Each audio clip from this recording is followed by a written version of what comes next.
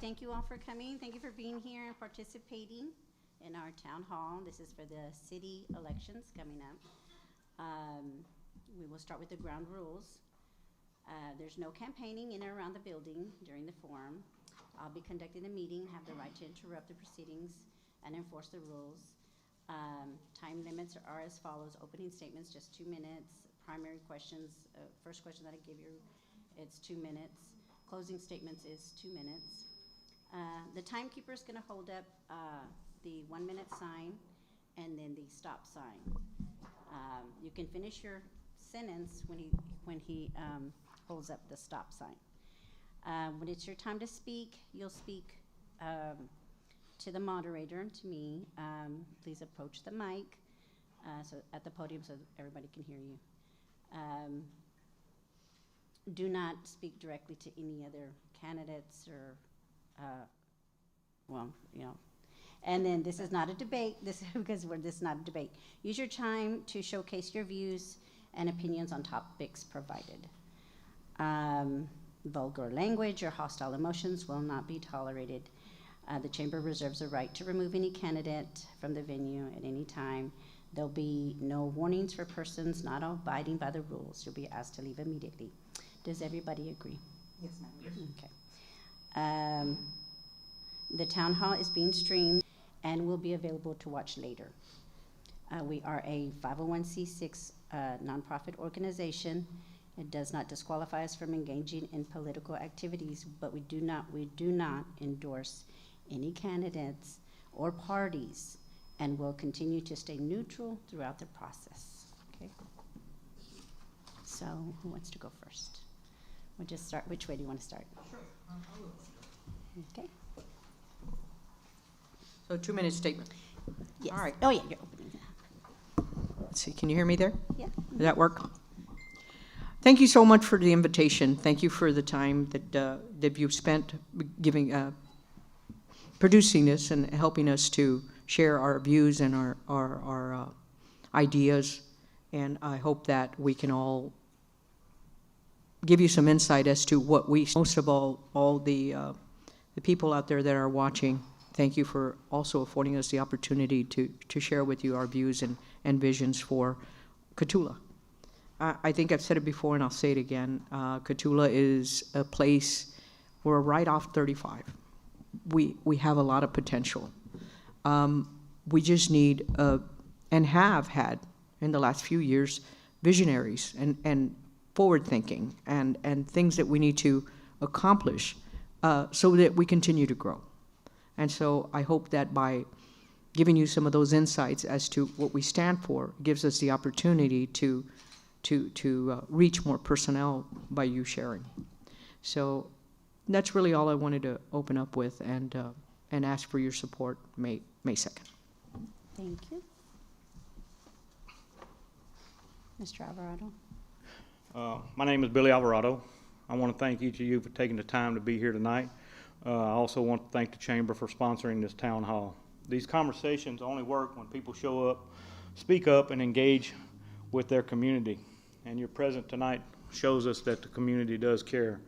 Over the past several years, I've had the chance to talk with many citizens of Cotulla on your front porches, at local events, and sometimes even in the grocery store aisles. Those conversations have shaped my understanding of what matters the most to the people here, which are safe streets, strong schools, reliable city services, and a city administration that truly listens when the residents raise concerns. This is what motivated me to run for council, along with a deep belief that real change is possible when the community embraces it. Tonight is another opportunity to do exactly that. Share ideas, raise questions, and make sure your voice is heard by engaging with the candidates. Change is necessary, change is healthy, and progress depends on it, and Cotulla deserves nothing less than change. My goal this evening is simple: to be transparent about the changes that Cotulla faces, help us move forward for a stronger, more connected community, and I'm here to listen just as much as to speak. We all deserve a new voice, and if elected, I will work every day to make that voice heard. Again, I want to thank the Chamber, for providing this platform, a space where a community can come together and truly see that I care about Cotulla. Your participation is what keeps us city moving forward, and transparency will always be the best policy. And I appreciate y'all's time. Thank you, sir. Mr. Diaz. Good evening. First, thank you, Melinda, and the Brush Country Chamber of Commerce for putting this town hall together. It takes a lot of work and time, so again, thank you. I'm just reiterating. My name is Raquel Yanez, and my maiden name is Nunez, and I'm proud to say I've been calling Cotulla my home for 44 years. Growing up, there was nowhere else I wanted to be but here, with my family, with my tias, with my primos, just to go to the dances, and at the Plaza Florita, at the Latino Hall, and at the Rancho Blanco. And that's where I feel that the strong sense of family. Those memories are a part of me, and that's why Cotulla will always be my home. Over the years, I've built my experience in leadership, management, and teamwork. I've worked for the city of Pearsall for the past 6 years, and before that, 2 years with the city of Dilley in human resources, and also sat on the Cotulla ISD board for 13 years. What I've learned is that team works best when people work together. In Pearsall, our city manager encourages us to understand every department: public works, the police department, community development, municipal court, and so on. When you understand each other's roles, you build a respect, and you communicate, and you serve your community better. Now, I'll be honest, we don't always agree. As department heads, we agree to disagree sometimes, and we're not perfect. But we all share one common goal, and that's doing what's best for the community. That's what I want for Cotulla. Teamwork, communication, and a council that works together, even when we don't always agree, because different ideas make us stronger. I'm the kind of person who works behind the scenes, looks for resources, and works with our elected officials to help bring funding back home. I might not have all the answers, but I do have some experience and heart and the willingness to learn and work with others. Cotulla has always been my home, and I want to make sure that it continues to be a place where we're all proud of, and our families and the future of generations. Thank you for this opportunity and to being with you all again. Thank you. Thank you. And now we will start the questions, and we'll start with Mayor.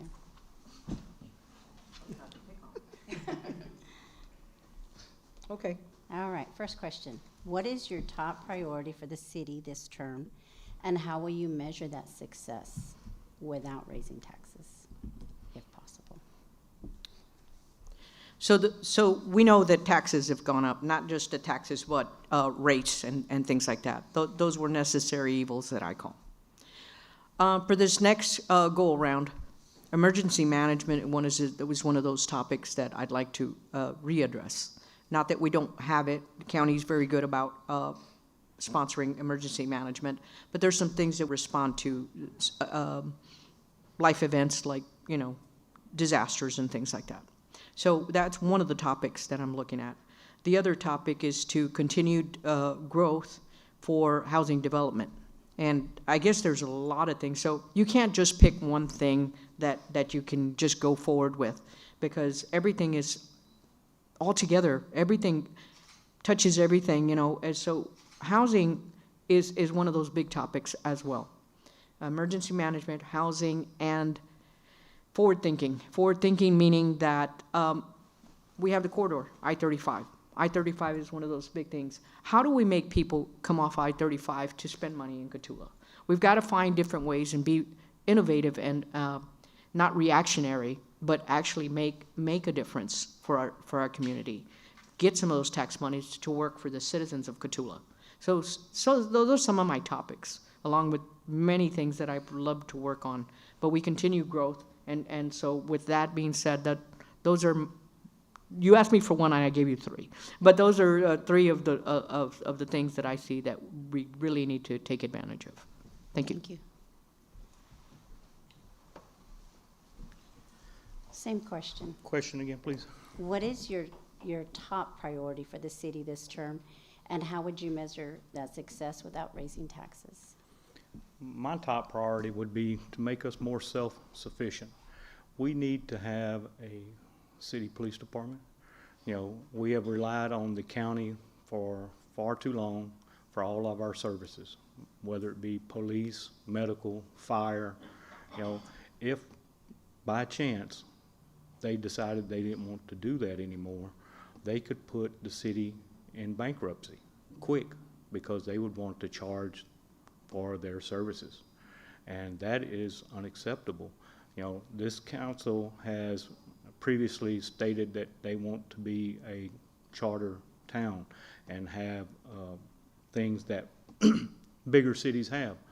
Well, we have a city just up the street called Dilley, Texas, that has a police department, whereas Cotulla now has more residents, supposedly, than Dilley, and we have nothing like that. So, and it's just one of those things that it has to be addressed, and that would be my first and foremost thing to have addressed. And as far as not raising taxes, taxes are sometimes a necessary evil. They are good and bad, but I think our base structure is about our businesses. If we can get a committee together to try to understand what draws the people off of 35, you know, to have people shop more here, stop here, instead of having truck stop after truck stop after truck stop. They spend a little bit of money, but they don't really spend a whole lot of money.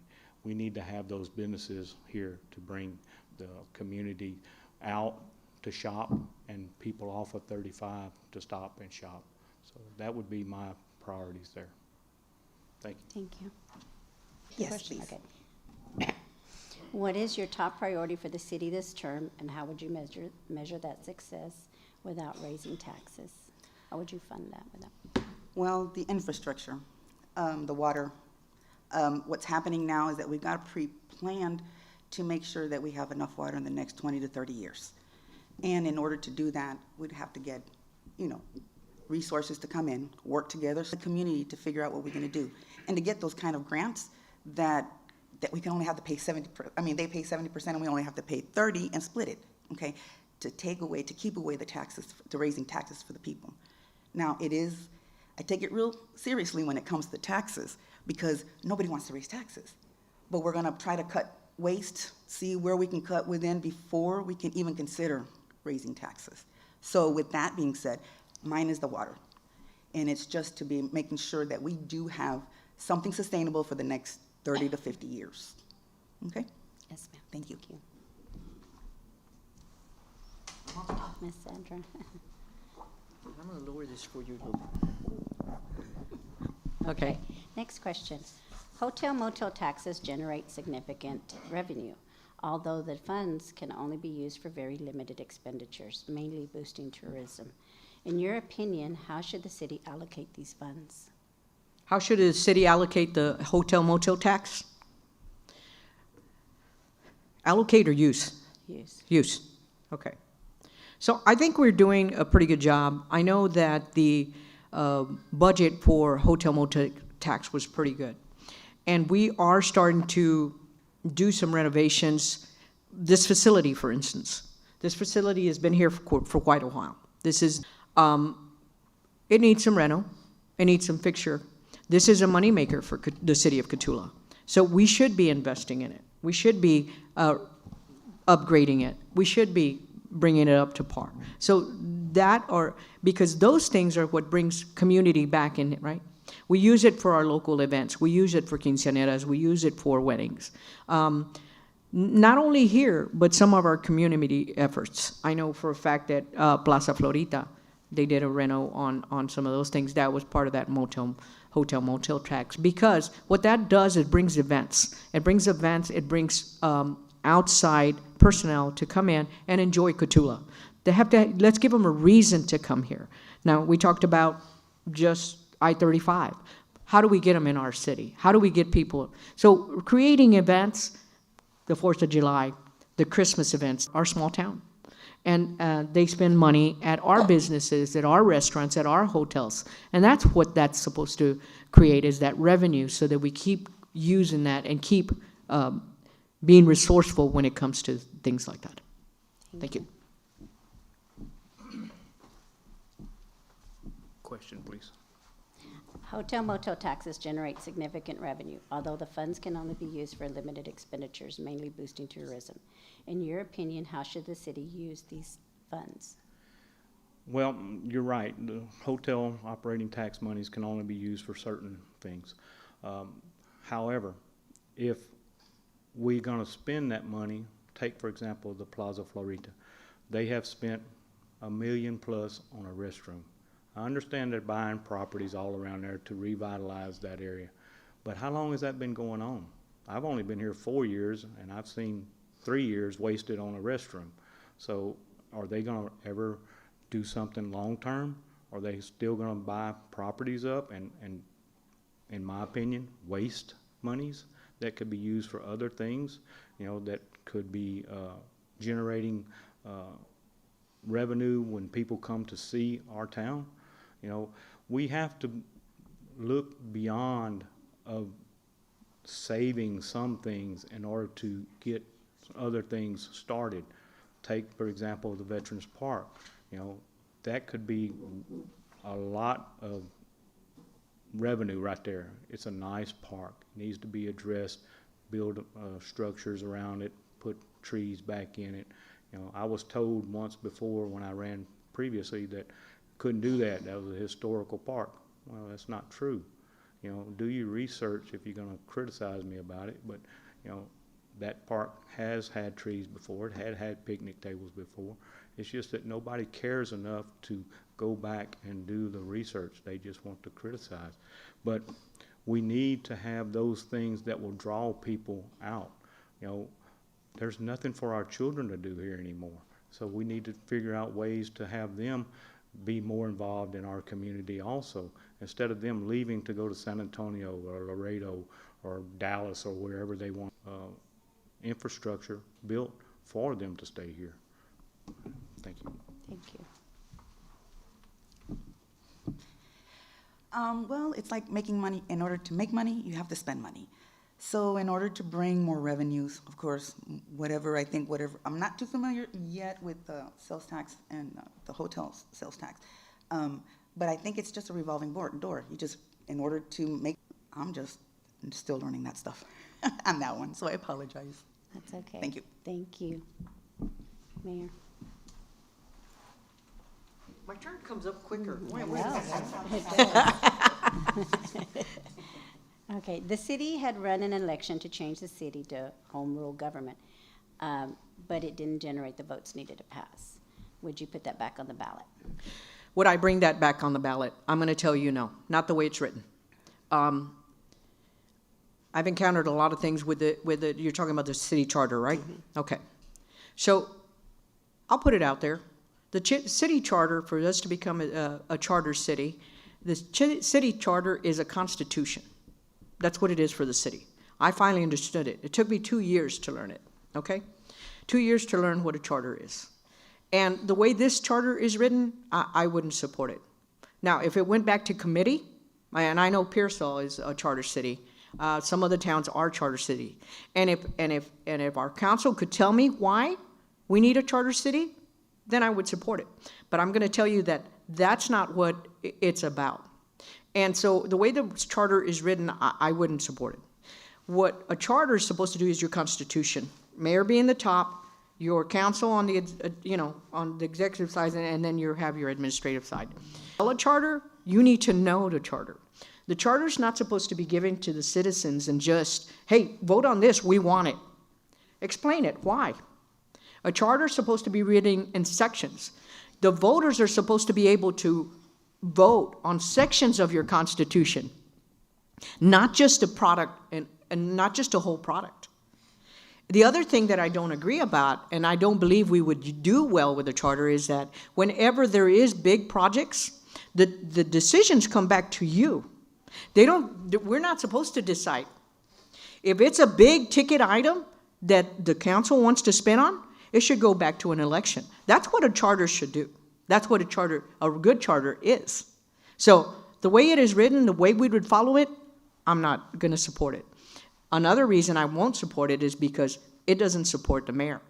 It doesn't give it the way it's written. I do believe in a council administrator governing body, which we don't have. but the mayor is a big portion of that. Thank you. Mr. Alvarado. you better read the Question again, please. The city had run an election to change the city to a home rule or charter city government, but it did not generate the votes needed to pass. Would you put it back on the ballot? No.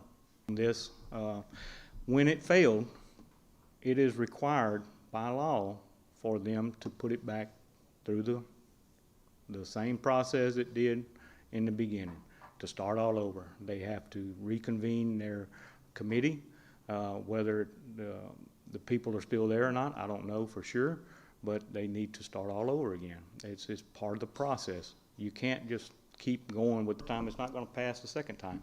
And I don't believe that Cotulla is ready for that. I don't believe we have the proper people in place to run a city in a way that a charter is. I came from Louisiana, where it's a home rule type city over there, and the mayor had the power.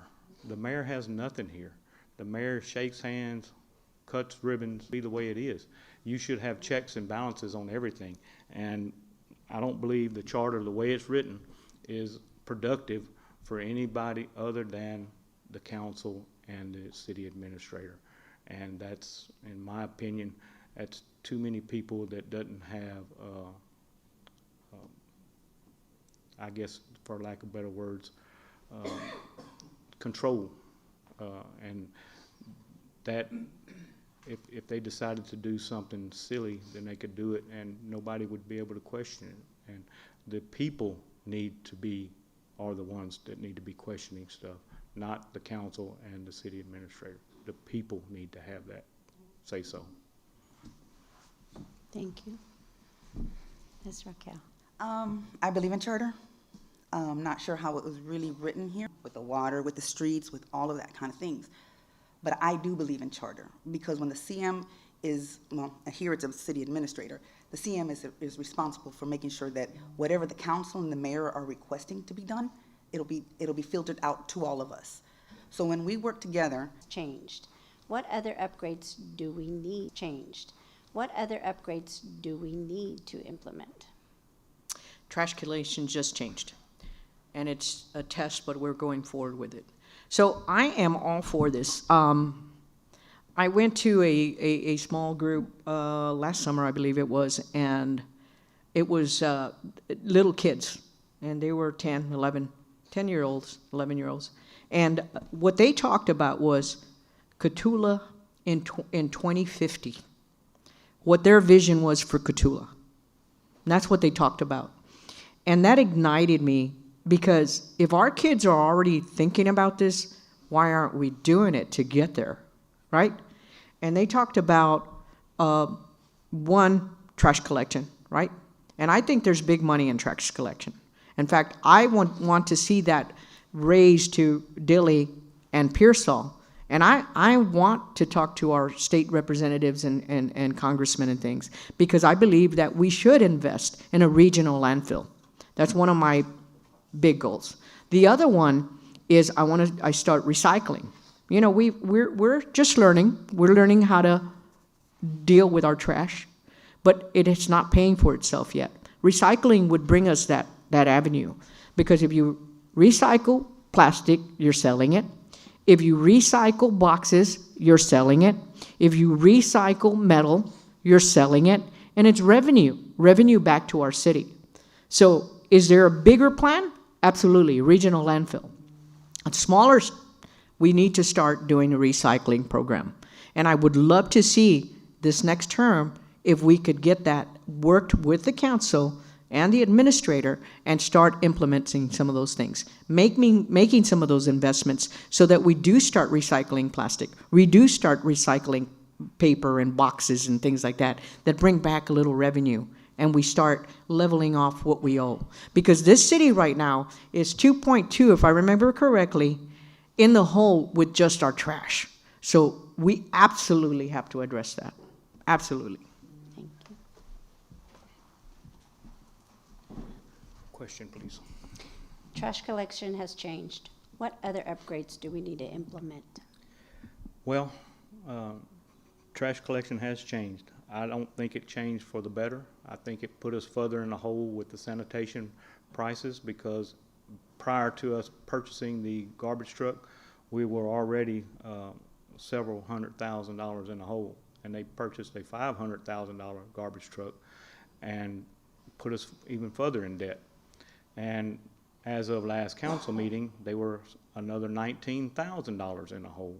So I don't believe trash will ever be a moneymaker, not at this time.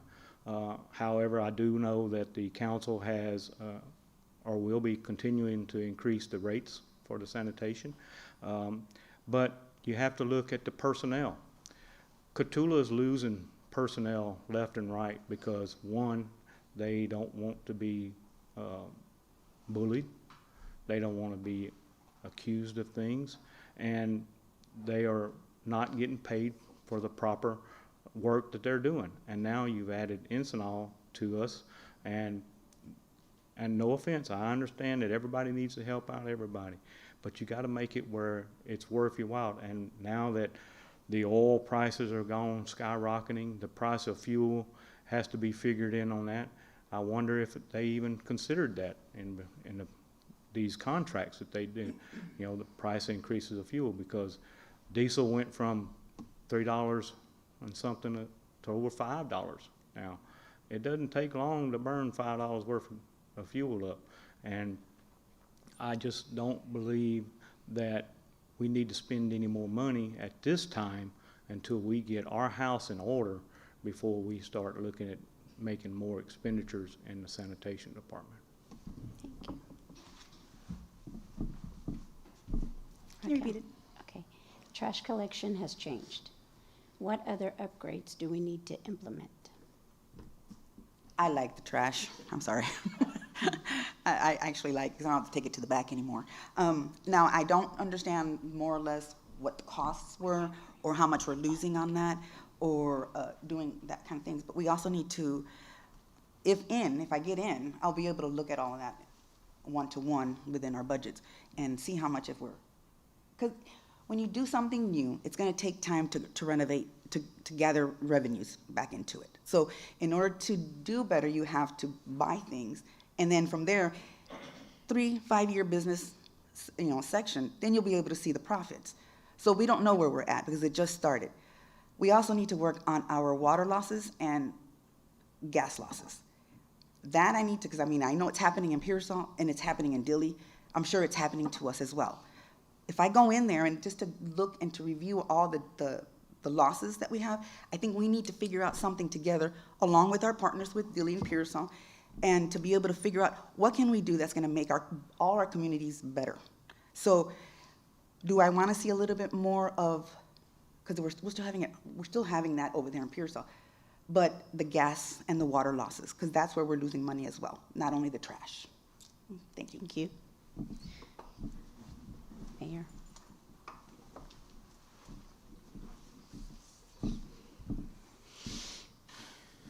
How will you balance economic development with neighborhood preservation?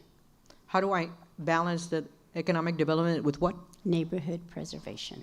With neighborhood preservation, economic development with neighborhood preservation. So I'm glad you brought up the topic of economic development, because prior to my tenure, this last go-around, we did develop the council, Economic Development Council, again.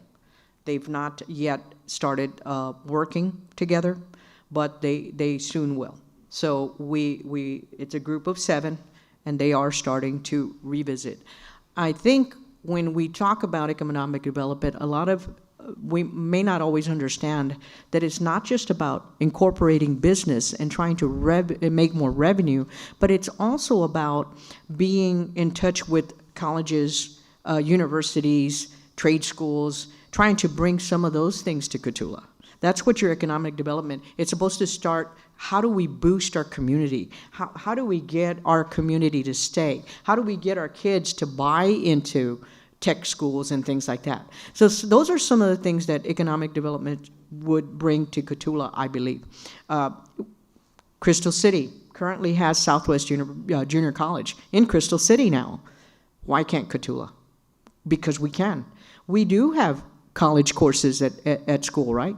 So that, all those things will nourish your neighborhoods because you're going to bring more unity, more education, more facilitate these things. Those schools will spend money here as well because they want these kids to come and join their technical school, their junior colleges, so there's so many things that economic development does, and I'm really looking forward to really getting off the ground and pushing this forward. But that's how you nourish your neighborhoods and things like that. Getting education, getting your 4-H, getting the participation. Cotulla has a lot to offer, and it needs a lot more to offer to our children and our neighborhoods. Thank you. Question, please. Yes. Question was, how will you balance economic development with neighborhood preservation? Neighborhood preservation is basically a community effort. You know, we have code enforcement officers that go around, and some of these neighborhoods, if you go and drive through them, are in pretty bad shape. We need to enforce our rules and ordinances in order to help get those things cleaned up.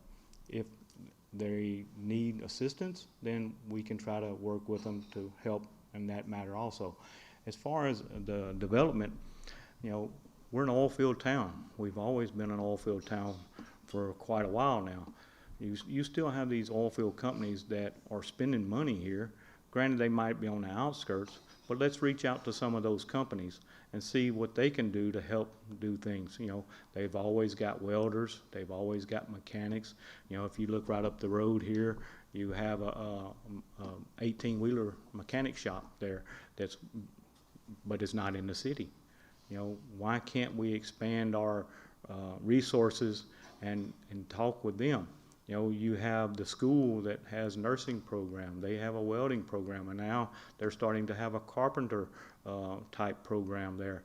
These are things that can be, as the mayor would say, put into a trade school. All we need is a building and getting the funding for it. You know, you have to have somebody that was willing to look at the grants that are there. The federal government gives away money left and right. You just got to have somebody that knows where to look at in order to find it. And I would look at trying to get somebody that has a little more expertise in grant writing to start searching that stuff. Thank you.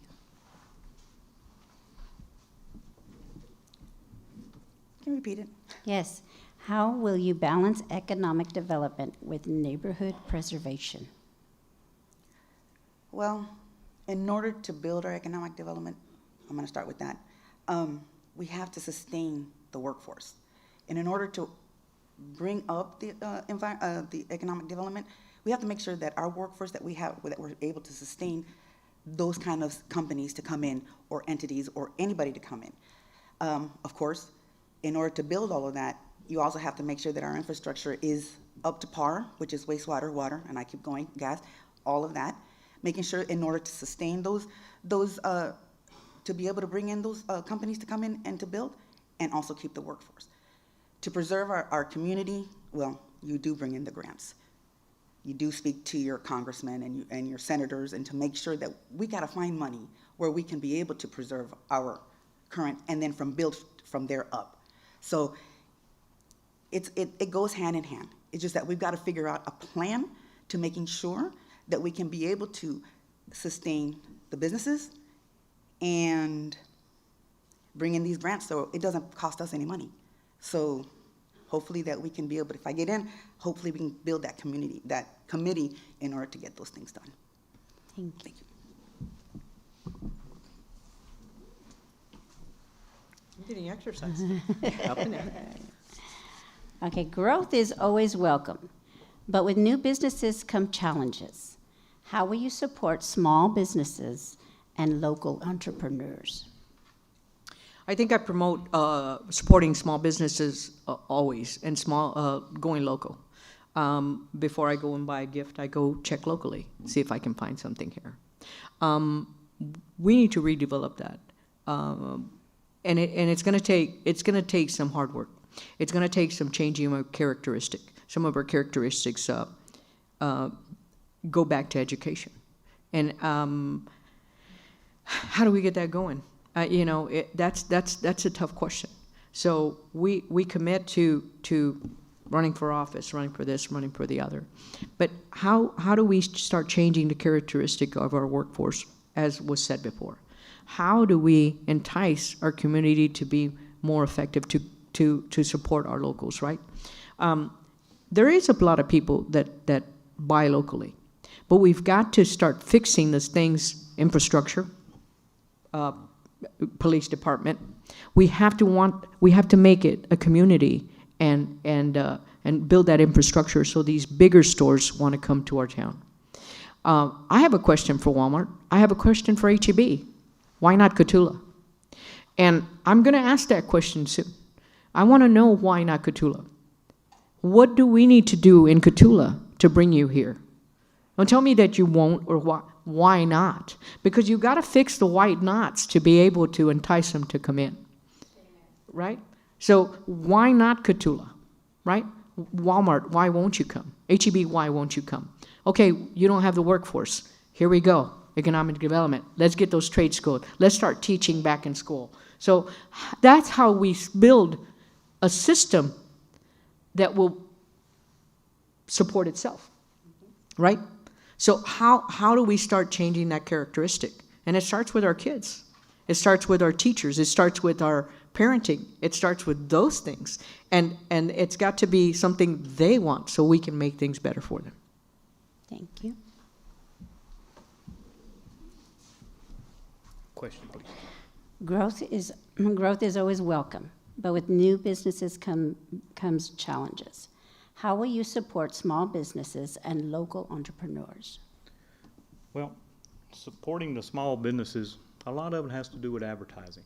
I know that some of these businesses that are here, especially on Main Street here, they don't advertise a whole lot. It's more word of mouth. Let's give them some free billboard spaces. Let's give them some free advertisement. Working with maybe the newspaper or local TV station or something, just to try to help that word get out for these people. The local infrastructure for that it's pretty sad. If you look at it, because you don't really have a whole lot of people that want to spend their money here in Cotulla themselves. They want to go to Laredo, they want to go to San Antonio, and word of mouth is pretty powerful. Once you get it out there that so-and-so has this or so-and-so has that at a better price, then you're going to get people to start shopping locally. Now, as far as the things that need to be addressed on that, it's a tough thing to say, because the infrastructure doesn't really support it. We don't have the water, we don't have the sewer, we don't have the gas. Granted, we did get a multi-million-dollar grant, but you're looking at 5 to 10 years down the road before they actually put boots on the ground, because there's planning on that. There has to be plan sheets done up on it. I'm working with a project in Pearsall right now. It was 5 years before they implemented anything after they got their monies for it. So you're not looking at something that's going to happen overnight. You're looking at a long-term solution, and you got a lot to go along with that a lot of expenditures on it also. So. Thank you. Chamber of Commerce.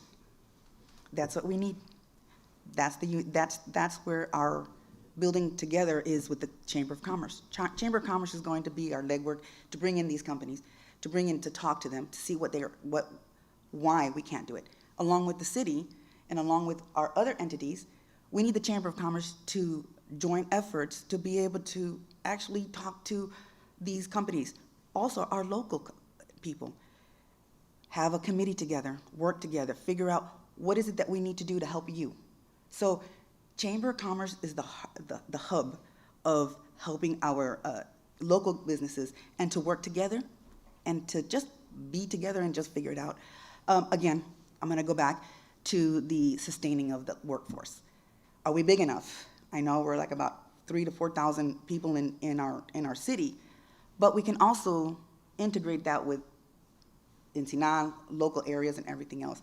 But yeah, I do believe the question is, why not us? Why just Pearsall or Lytle? Why not us? So that would be a major effort for all of us to put our heads together and to figure this out. But Chamber of Commerce is big with us. I mean, that's, I believe Chamber of Commerce is something that we can have with us to build this rapport and figure how we're going to do this. Thank you. Ready? Water levels drop about 10 feet per day in our county. Water is life. What measures will you take to ensure water sustainability for our community? Water sustainability for our community, rain, right? We need rain from God, that's for sure. We're going to need a good storm, and that's okay. But in the meanwhile, there's a reason that I started going to the Nueces Basin Board.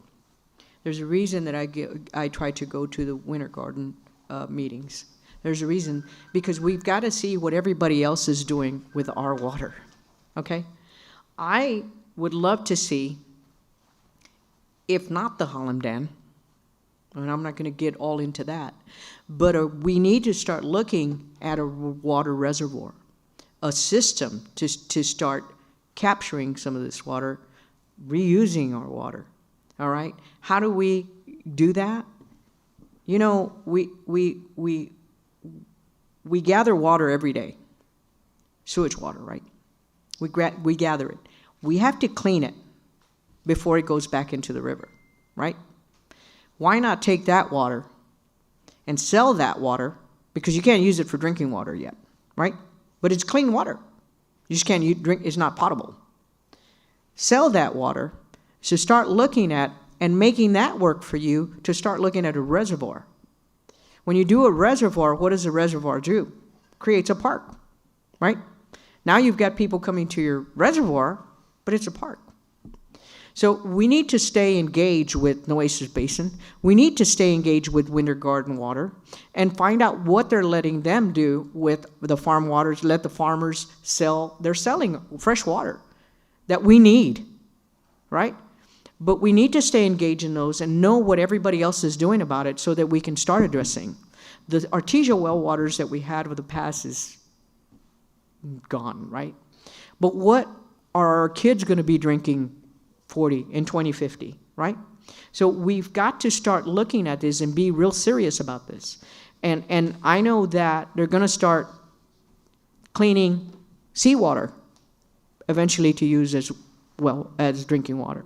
So we need to get on board, and we need somebody educated enough to stay within that loop. Thank you.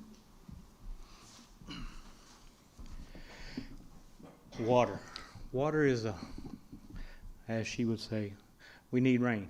But I worked in the oil field for 15 years.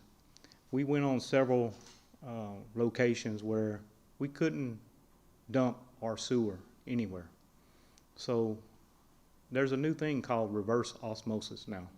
Reverse osmosis is we had trailers come out there, pumped our sewer into it, and it processed it, and it made it clean enough to drink, shower, and reuse over and over again. The only thing we had to haul off was the solids, and we were hauling off solids with all of our oil field stuff anyway, so it just went along with the truck to haul it off. But we need to look at reverse osmosis, because if you look back all the way back into the 50s, the aquifer levels have dropped very, very greatly, and we don't have another 50 years of water, in my opinion, that's going to be sustainable for our children and our grandchildren. So we need to look at other alternatives, and I do believe that reverse osmosis plants are the wave of the future. And it is an awesome sight to witness and look at, and there's very little bit of effort to have stuff like that done. Thank you. The city of Pearsall is working on that. We're trying to get together with Cotulla and Dilly. It's called the Brackish Water Conservation Plan. That is somehow that, because like I said, in 30 to 50 years, we could probably possibly lose water. But because of the because of the drought, and because of, we're using the water so much. I'm still learning in that process, because we have meetings every week with our public works and with the staff. It's something that we need to look into, because we want to be proactive, and doing this brackish, I got to give into more definition into that, but it's going to help us in the long run for our future generations. But we just got to figure out how we can work together with Dilly, Cotulla, to work on to making sure that we don't have to go into the Carrizo-Wilcox aquifer. So in order to do that, we need to have a committee to sustain a main source so that we can share that kind of water with Dilly, like in the middle. For an example, Dilly would have the system in the middle, and we would have pipes going with Dilly and Pearsall. So in the long run, we can use that. The water board can pay for 70%, and we pay 30%. And with that 30%, whatever the extra cost was for the pipes, we can split it between the three cities. So it won't be so much cost for us. But if we do not do it now and not work on it now, in the long run, we're going to lose money, and it's going to be more costly, and it's going to be taken back to the taxpayers. So we got to work together somehow, some way. Thank you.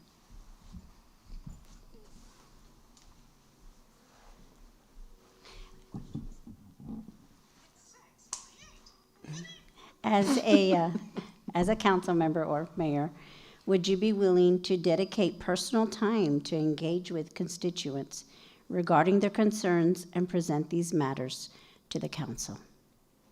Absolutely. I have an open door policy. I have an open phone policy. I am reachable whenever anybody wants to speak, and I do return phone calls. It is very important to me, because the constituents are the ones that put me here. They put me here. They put me here to speak for them, and I will speak to them. I will speak for them. Everybody's voice should be heard, and so I believe that we do that already. On top of that, I know that I volunteer sometimes at the Housing Authority, and what I do there sometimes is I sit in the little community room, and I've actually sat there with the residents to help them call Social Security, help them call electric company, help them call. So I am absolutely an advocate of, if we all just did and helped one person and sat there for that 1 hour, how many people we could have and how many people we could help get ahead. So absolutely we need to do more of that.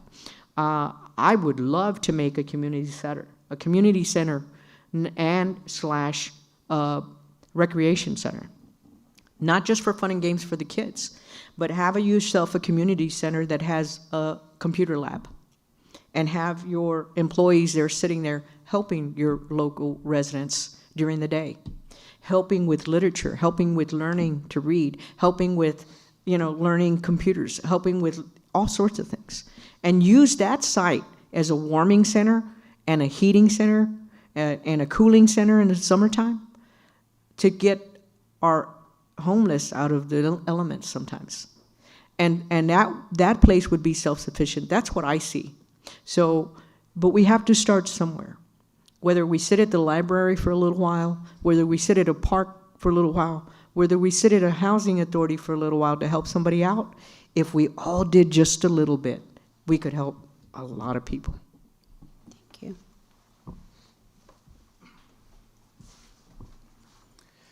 I truly believe that if you're elected by the people, you should serve the people 24/7.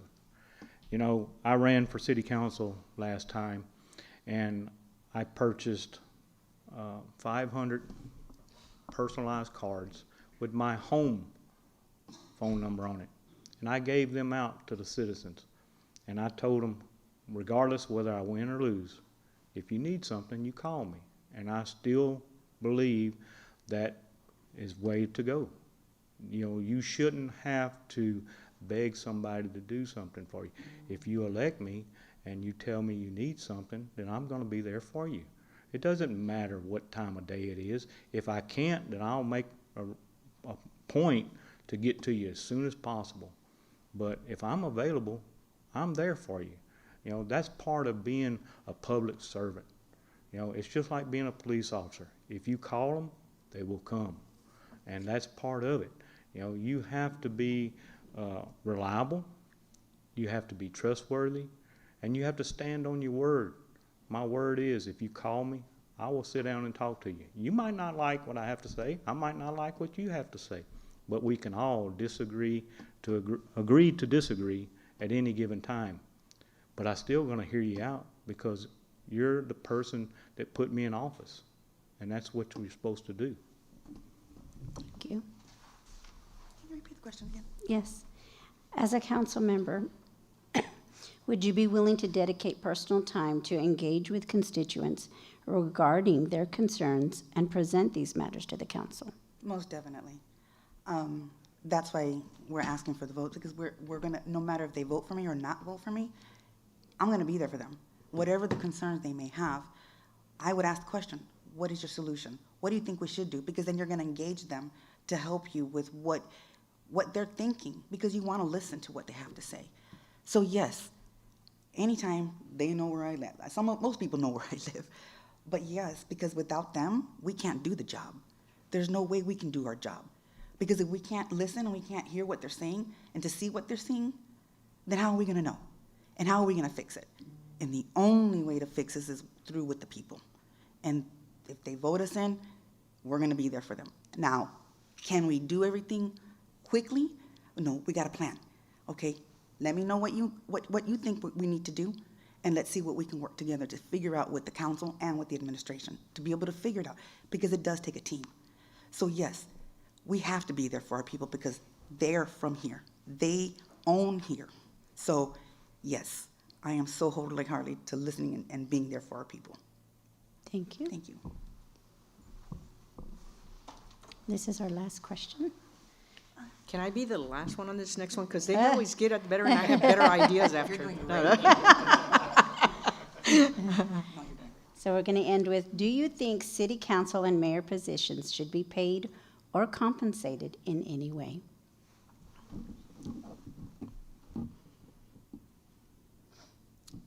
If we had a charter and you have people, San Antonio, for instance, that has a city council that's all they do. That's their job, 24/7, right? That's their job. Absolutely should be compensated for the work they do. In Cotulla, though, we're not there yet. We're not there yet. Would we get there eventually? Maybe with revamping a good charter and everything else, we did. Maybe when we revamped a good economic development, we could. Maybe absolutely everybody should be compensated for the hard work they do. Now, do I think that is now? No. And that's not what drives me, I'll tell you that. What drives me is helping people, right? So should I get compensated for doing that? No, because I'm going to help people anyway, right now. The important thing is doing God's will. And I tell you what I believe is I'm doing the work. I'm doing what I have to do for my community, and I will continue to do so. Why? Because my ultimate goal is to get up there, right? That's where my recompense is at. And so you've got to decide what is important right now, right? And what's important to me right now is helping my community and pushing my community forward. And that's what drives me. And she knows it because I get phone calls all the time, people coming over, and I love it because that's what drives me. Because if I do one good thing for someone, I'm going to get a reward later. Not here. We're only here temporary, right? We're going home one day. So that's what we have to remember, and that's what we have to nourish our people and continue forward with. Okay? Thank you.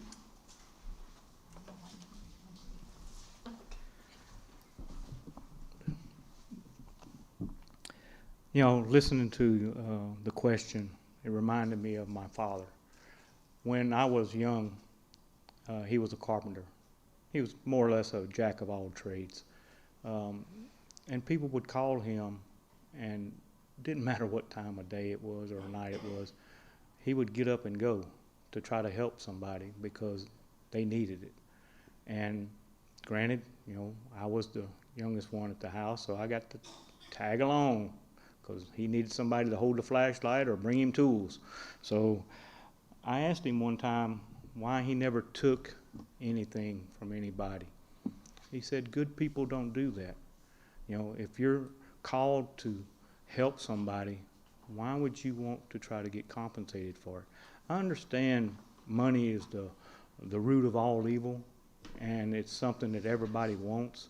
But when you want to serve the people, I don't believe that. Look at me, I ran for city council last time. I'm running again, hopefully to try to get elected. I'm not doing it for the dollars. I'm doing it because I want to give back to the community that accepted me to move here. And I want to do it because these are my people now. I might not be the one that fits in the most, and I might not be the brightest bulb in the box, but I'll do my damnedest to help people out. And I will make sure that things get accomplished if at all possible. So I don't believe we need to be compensated at this time because I don't believe Cotulla can sustain that extra expense. Look at the money they're wasting on the city administrator and the city secretary. That's almost $500,000 right there. That's crazy monies on something. If you look at the Texas Municipal League, these positions are not sustainable at that. Thank you. Can you repeat it? Yes. Do you think the city council and mayor positions should be paid or compensated in any way? No. We're too small of a community for one, but we're running, for me, I'm running because I want to be here. What Tula gave me, I'm gonna give it back. And I sat on the school board for 13 years, didn't get compensated, and we built something together, not only with the board, but with the community. So that's my payment of seeing our people and our kids and our city, including the county, to grow. So in the long run, it pays off. That's how I want to get paid off, that we're doing something for our people, and we're doing something for our community. And like you say, I want to go upstairs too. I want to go up there too. But I've been doing it for years. I want to continue doing it for years. I was backed off for a little while after I left the school district, but now I'm ready. I want to help. I want to be there for our people. So, yeah, no, we don't need to get paid. We're not like city of San Antonio. San Antonio's big. They have bigger grounds to look for. But a council with 6 people, we can do that together. We can make it happen. But we've got to work together and to be able to make those things come to light and look at the future. Thank you. Thank you. Mayor, you can start your closing statements. Closing statements. Oh, wow. No more questions. No more questions. Yeah, no more questions. Nice. I'm gonna piggyback off. I think we all, there's a lot of us that want the same things. And so I'm gonna ask you to take the time and think about who's in front of you, who is on the ballot, who's gonna do more for the community, right? I think you're the answer. The community is the answer to where we go. It's who we pick and who we want representing us and what we want more. And I think Cotulla is ready for more, right? I think Cotulla is ready to move forward. I think we've been sitting stagnant, and I'm not saying that we haven't done some good things. I'm not saying this council has not done anything good. I'm saying we can do more, and we can do better. And I am ready. Just let me go, and I'll go. I've been telling her that for 2 years. Ma'am, do you know what I could do with this? Do you know what I could do with that? Do you know what I could do with this? If only they would let me. Let me. You be my voice. You let them, you make them let me go. And if you let them do and let me go, I will push whatever I have to do. And I will push that envelope. And I will go talk to H-E-B. I'll go talk to Walmart. I'll talk to anybody because Cotulla is my home. Cotulla is my home. This is where I'm going to be. This is where I'm going to die. And so you let me go. You know, I ask for your support again. I hope that I am doing the right for you. And if I'm not doing the good job for you, pick the one that will. Thank you. Thank you.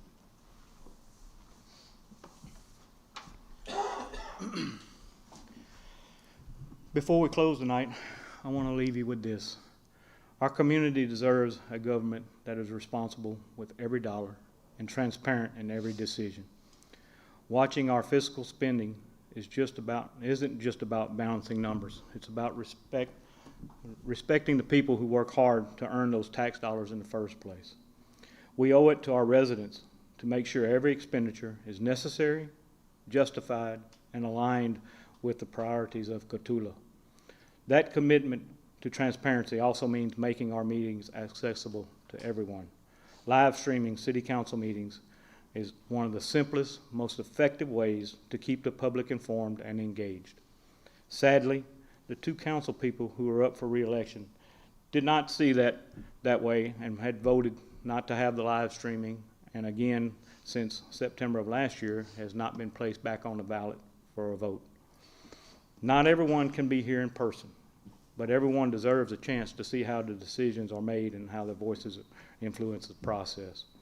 If we want trust, we must earn it. And we earn it by open, accountable, and willing to let the public see exactly what we're doing on their behalf. Fiscal responsibility and live streaming meetings is not just policies, they're promises to the people of Cotulla. I want to thank you again for caring about our community and live streaming this meeting, and I want to wish everyone a happy and safe trip home today. Thank you. As we close tonight, I want to thank everybody for being here and people out there as well. Cotulla is growing, everybody, and with that growth comes responsibility. We must stay focused on basics, our infrastructure, water, drainage, and essential services that keep our city running. These may not be visible, but they are a foundation of a strong, reliable community. We also know that the rising cost affects families everywhere, including here at home. These same rising costs impact the city of Cotulla and the county. Materials, services, daily operations cost more. That means we must plan carefully, spend responsibly, and make every dollar count while still meeting the needs of our community. We cannot stand still. We must continue advancing community and economic development. Bringing in the new businesses requires planning and honesty. We must ask, do we have the workforce to support the growth? And do we keep our local, and how do we keep our local workforce strong? Business look for that dependable, the stable community, and that's what we must provide. We also need to address the internal challenge. At times, divisions between the city administration and certain city council members slow our progress and make it harder to serve the people of Cotulla, which is visible to us. Our community expects professionalism, collaboration, and results. That requires transparent, respectful, and consistent communication at all levels. We are strongest when we work together, putting the needs of our city above personal differences. Progress doesn't happen overnight. It takes planning, coordination, and steady steps forward. That means strong local collaboration between our mayor, council, staff, and city administration, as well as building relationships external with leaders like Judith Saffarini, Ryan Gillian, Henry Cuellar, to support our infrastructure and pursue the federal resources. We don't do this alone. My approach is simple. Build relationships early, keep them engaged, and make sure that Cotulla is always in the conversations when funding opportunities come in. Most importantly, everything we do must come back to the people in this community, listening and understanding to making decisions that reflect our needs and the priorities. If we stay focused, work together, keep Cotulla best interests at heart, and we can move our city forward in a strong, positive direction. Thank you for your time, your input, and your commitment to our community. And I would be honored to earn your vote on May 2nd. Thank you.